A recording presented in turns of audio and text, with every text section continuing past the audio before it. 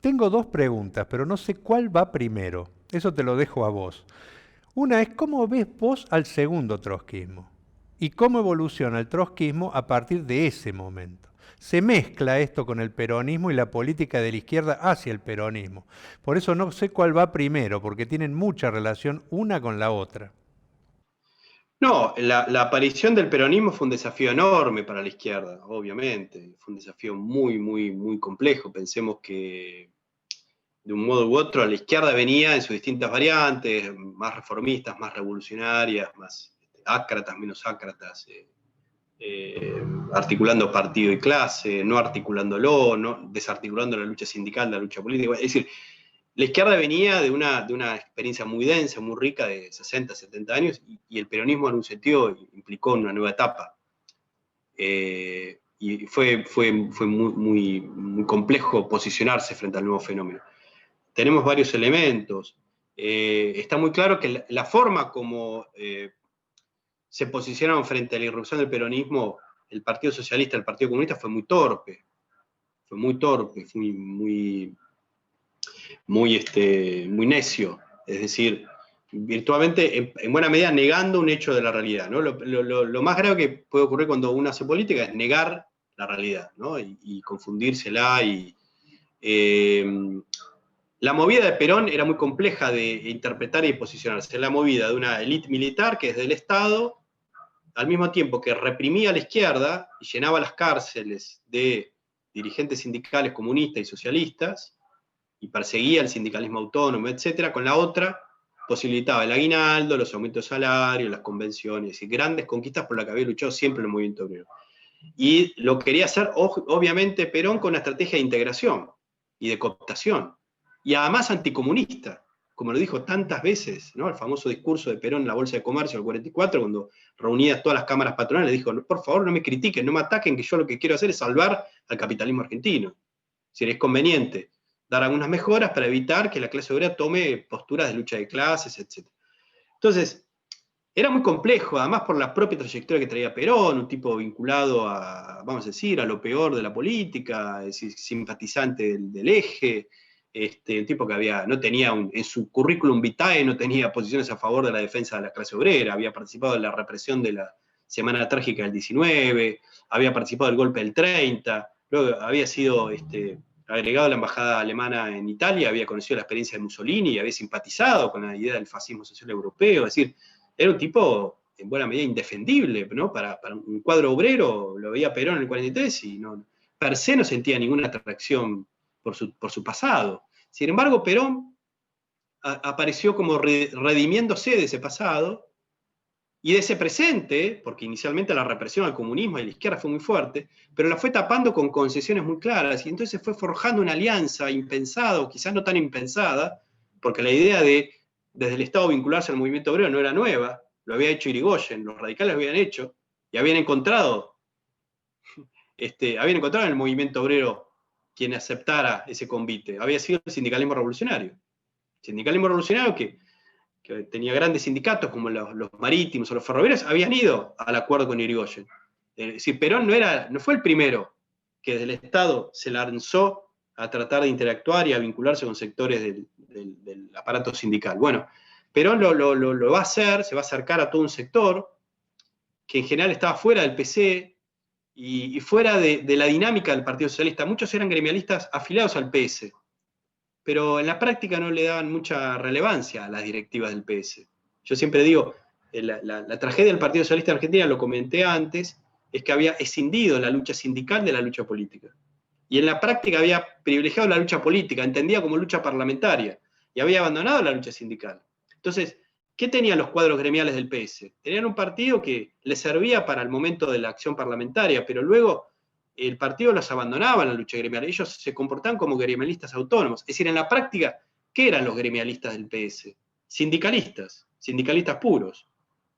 Lógicamente, cuando Perón interpeló al movimiento obrero, ellos aceptaron, porque empezaron a conquistar ventajas muy claras. Entonces se forjó una alianza en la que esos cuadros sindicales, como dice un sociólogo y historiador, Juan Carlos Torres, la vieja guardia sindical, empezó a darse cuenta que sacaba provecho en ese vínculo con el coronel que estaba al frente de la Secretaría de Trabajo y Previsión, y sabemos ya el desenlace, ¿no? Perón fue expulsado del gobierno en el 45, defenestrado, inesperadamente para todos, esa vieja guardia, esos cuadros sindicales de tradiciones tan distintas, que habían obtenido ventajas concretas en su acuerdo con Perón, lanzaron la convocatoria del 17 de octubre y protagonizaron una movilización obrera muy impresionante que dio vuelta a la realidad política, le permitió rescatarlo a Perón del ostracismo, catapultarlo a la escena política y lanzarlo en la campaña electoral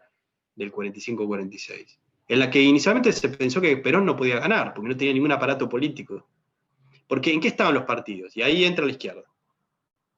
La necedad y la torpeza del Partido Comunista, el Partido Socialista, fue leerlo a Perón como un militar demagogo, fascistizante, que quería cooptar y comprar a los cuadros sindicales, y por lo tanto había que combatirlo completamente detrás de una línea de acuerdo democrático, amplio, de Frente Popular. El PC venía planteando la línea del Frente Popular, democrático antifascista, que va a encontrar en Perón un enemigo, y va a encontrar un aliado en quién? En la Unión Cívica Radical, en la derecha liberal conservadora, y en la propia embajada norteamericana, que se acopló con su referente, Braden, a la línea del Frente Democrático. Por ejemplo, en diciembre del 45 el PC argentino hizo un enorme acto en el Luna Park, festejando que se le levantaba la ilegalidad, y lo hizo bajo las banderas de Stalin, de Roosevelt, de Churchill. ¿Sí? Es decir, eso era el PC argentino. Su línea de Frente Popular, de acuerdo con las alas democráticas, liberales, republicanas de la burguesía. Ellos confiaban en que iban a ganar, confiaban en que Perón era un accidente en la historia. Bueno, era un militar demagogo, autoritario, fascistizante, que había intentado una maniobra de baja estofa de comprar los cuadros sindicales, pero no iba a tener éxito. Por ejemplo, dijeron, el 17 de octubre no fue una movilización obrera relevante, había sido más bien un grupo de obreros comprados o lumpenproletariado.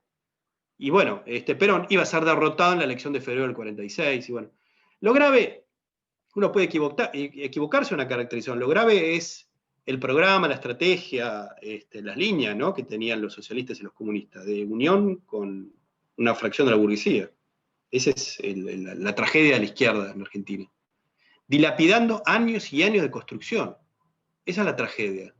Cuadros obreros que habían sufrido la tortura, la persecución, que habían sido torturados varias veces. El caso de José Peter, que era un obrero extraordinario, dirigente de Obreros de la Carne. Lo habían torturado hasta el hartazgo varias veces. Miembro del Comité Central del PC, dirigente de los trabajadores de la carne, que en las asambleas terminó, por ejemplo, impulsando el levantamiento de la huelga de la carne. ¿Por qué? Porque había que abastecer a la Unión Soviética, ¿no? Es decir, una línea de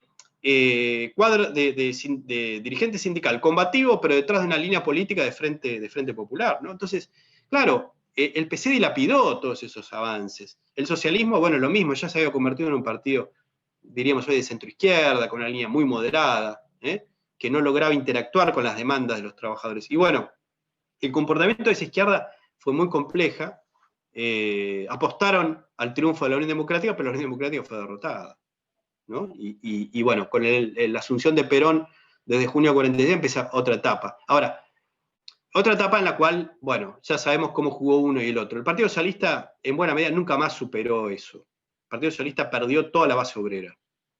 Se quedó convertido en un partido de clase media, con muy poca presencia en la clase obrera. El Partido Comunista perdió gran parte de la base obrera, pero mantuvo sus militantes obreros, y entonces siguió siendo una corriente importante. Por supuesto, absolutamente minoritaria. La clase obrera se hizo mayoritariamente peronista, eso ya lo sabemos. Pero uno puede decir que quizás la segunda identidad dentro de la clase obrera que uno podía encontrar era la comunista. El PC mantuvo posiciones. Bueno, y en ese terreno ya empieza uno a considerar, a contemplar lo que era la corriente del trotskismo, ¿sí? Que ahí aparecen actores nuevos. Se había cerrado esa etapa fundadora, esa década y media, de los Raurich, de los Gallo, de los Milesi. Empezó una etapa nueva, con actores nuevos. Muy complicada, por una cuestión sobre la cual, por ejemplo, Nahuel Moreno reflexionó mucho, que fue un desarrollo en el cual se hizo él decía era un trotskismo bárbaro, en buena medida porque la desvinculación con la Cuarta Internacional era muy, muy importante. Es decir, la Cuarta Internacional se había fundado en el 38, había tenido su congreso, recién va a tener el congreso en el 48, al cual Moreno va a tratar de asistir, igual que Posadas.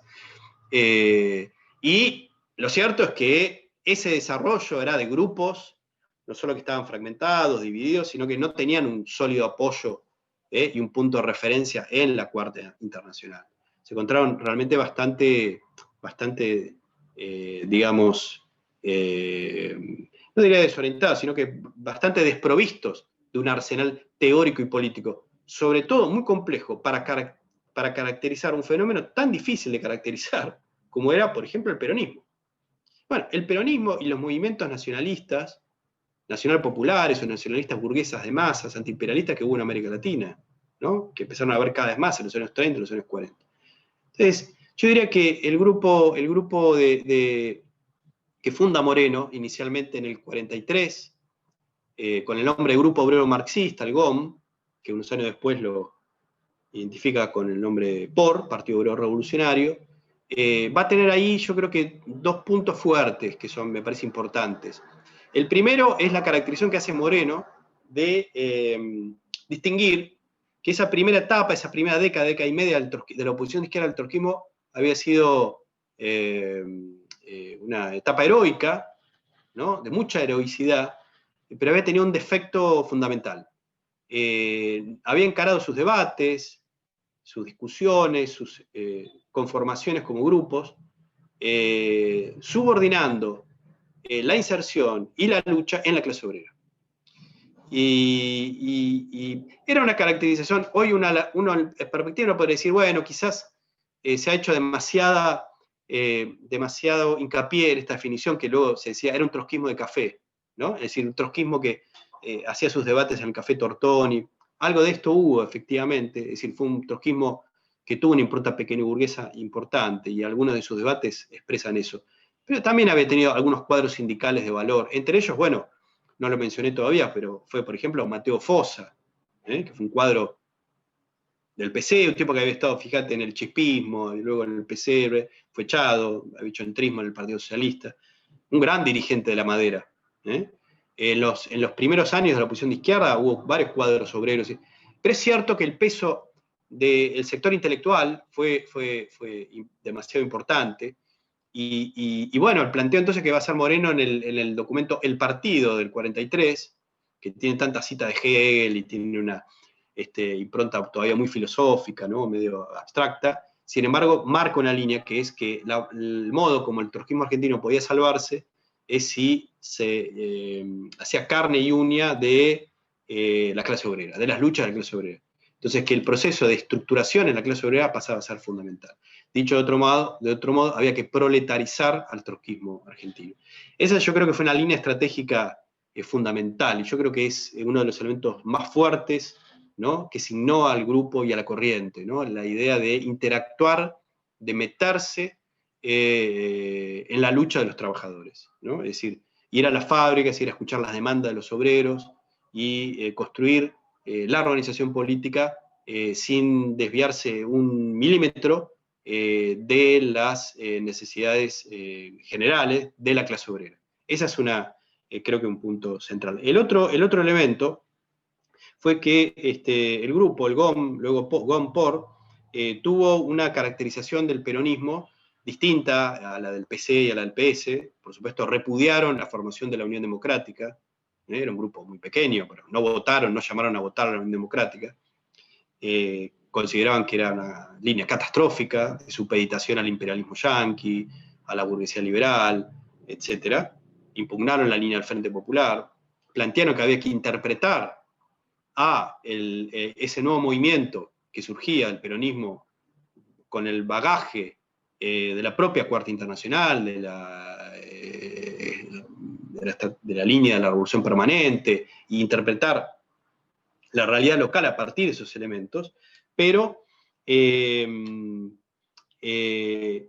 inicialmente hicieron una lectura, bueno, que yo creo que fue meritoria, muy meritoria en un sentido, aunque un poco sectaria respecto al peronismo, ¿sí? La lectura que va a ir desenvolviendo Moreno, y un militante que ingresa a las filas del GOM en el año 46, junto con un grupo grande de estudiantes, que se llamó Milicedes Peña, que se va a convertir en un estrecho colaborador de Moreno en los primeros años. La caracterización que ellos van a hacer es que Perón va a aparecer como al frente de un movimiento nacionalista burgués que resistía la penetración del imperialismo yanqui, pero se recostaba sobre la estructura más tradicional del país y sobre todo sobre el imperialismo británico. Entonces, de ahí incluso derivó casi una definición de Perón como agente británico. Claro, había elementos de las propias acciones de Perón en los primeros años, por ejemplo, toda la línea de las nacionalizaciones de los ferrocarriles y las empresas que fueron por el peronismo presentadas como grandes epopeyas antiimperialistas, sabemos, y en eso algunos textos y caracterizaciones de Moreno y de Peña son impresionantes, ¿no? Por la claridad, demostrando que esos no eran ningún tipo de expropiación ni ningún tipo de combate antiimperialista, al contrario, más bien eran maneras de acordar negociaciones con los intereses británicos, desprendiéndose de chatarra vieja, de empresas que estaban ya a punto de vencer sus contratos, y eran negocios en realidad muy convenientes para el capital británico, para el imperialismo británico. Entonces yo creo que hubo ahí una serie de caracterizaciones que fueron muy lúcidas de análisis de la estructura económico-social del país, increíblemente lúcidas. Yo tengo un artículo en la revista Archivos sobre la figura de Milicedes Peña, un poco destacando frente a ciertas visiones que hacen de Peña una suerte de intelectual crítico, como si hubiera sido una mente lúcida, que fue más allá, rompiendo la constricción del partido y sobre todo de Moreno, ¿no? Y que el Peña más genial es el Peña que rompe con Moreno y que rompe con el trotskismo, planteando que en realidad lo más valioso de la interpretación de Peña se forja al calor de los debates y en su militancia en el GOM y en el POR, ¿no?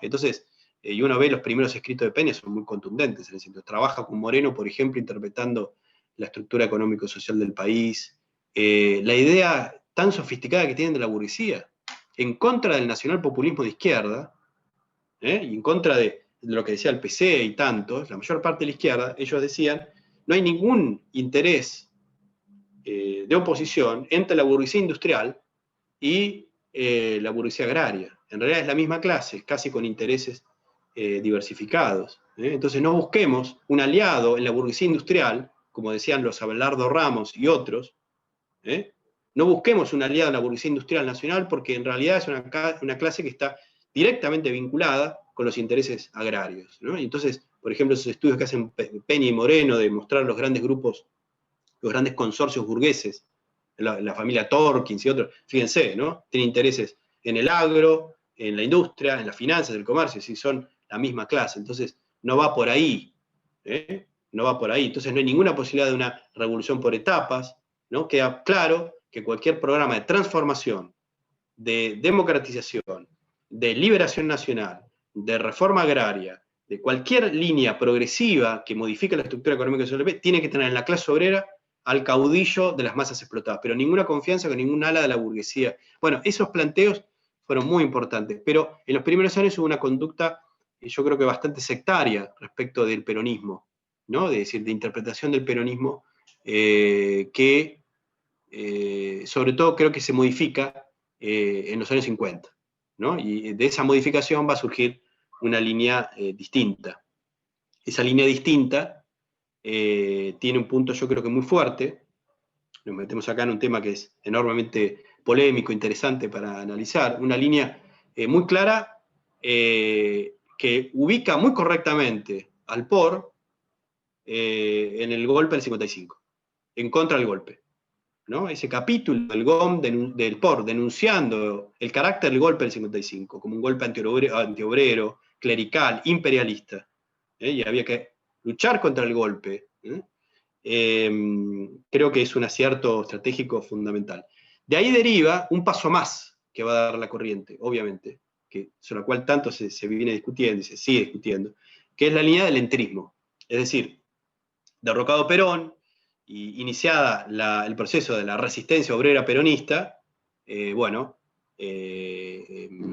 la cual la clase obrera se reperoniza como nunca, en contra del deseo de la Libertadora y de los gorilas, es decir, no solo que no se hace menos peronista, sino que se hace más peronista. El modo casi exclusivo, único de poder militar entre la clase obrera era adoptar formalmente la identidad peronista para poder tener algún tipo de diálogo con los trabajadores en sus luchas.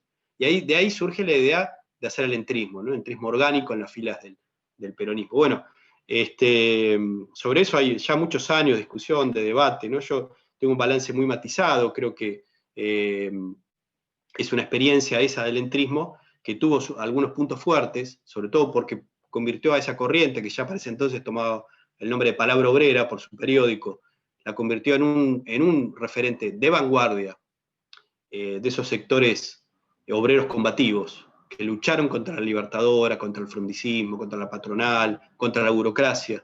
Le permitió entonces a la corriente tener ese diálogo, esa inserción, pero que tuvo concesiones importantes, ¿no? Es decir, la adopción de la identidad peronista tuvo concesiones importantes desde el punto de vista programático, incluso práctico, y que resultó un negocio, incluso para decirlo de manera muy brutal, un negocio político en el sentido de cálculo, ¿no? Uno, bueno, obviamente lo que se buscaba era fortalecer la organización revolucionaria. Fue finalmente un resultado bastante pobre, porque Palabra Obrera pudo influenciar los plenarios de las 62 organizaciones, la estructura sindical, pero no logró capitalizarla políticamente. Entonces salió de la experiencia de la resistencia políticamente muy débil, incluso en un periodo, el año 63, por ejemplo, de casi el partido Palabra Obrera quedó disuelto en la Juventud Peronista. El entrismo fue finalmente levantado en el 64, pero lo que había quedado en el 64, después de casi 10 años de entrismo, de reacercamiento, ¿no? De militancia en el seno del clase peronista, era poco. Y entonces vino, bueno, la línea de la fusión, ¿no? con el grupo de Santucho para dar vida a lo que fue el PRT. El balance del entrismo yo creo que tiene que ser un balance que para mí que muestre estos claroscuros, ¿no? Estos puntos fuertes, estos puntos más débiles, que incluyeron algunas concesiones que, bueno, hoy a la distancia uno la ve y las ve, yo siempre eso, jamás le doy ningún lugar de relevancia, ¿no? Cuestiones identificadas, por ejemplo, el subtítulo que tuvo Palabra Obrera en un periodo, no inicialmente en el 51, sino más adelante, de bajo el comando superior del Consejo Peronista, bueno, cuestiones que, bueno, hoy dichas en el 2020, viendo en qué terminó el peronismo, uno puede decir, bueno, son concesiones inaceptables, parecen inaceptables, pero en el contexto histórico tenían otro carácter, ¿no? Así que bueno, es un tema bien interesante, el del entrismo, que tiene que ver con cómo colocarse, vuelvo a decir, con el peronismo de aquella época, ¿sí?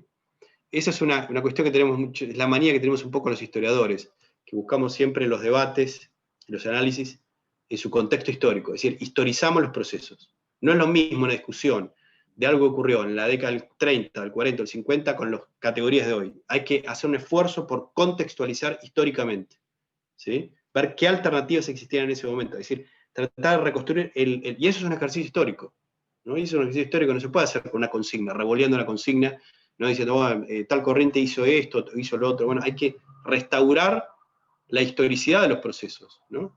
Por eso yo creo que es una contribución importante que tiene la historia en la lucha de formación de los partidos, de las corrientes, ¿no? La historia es no es que estoy haciendo una apología de mi profesión, pero me parece que brinda elementos que son bastante útiles para la lucha política.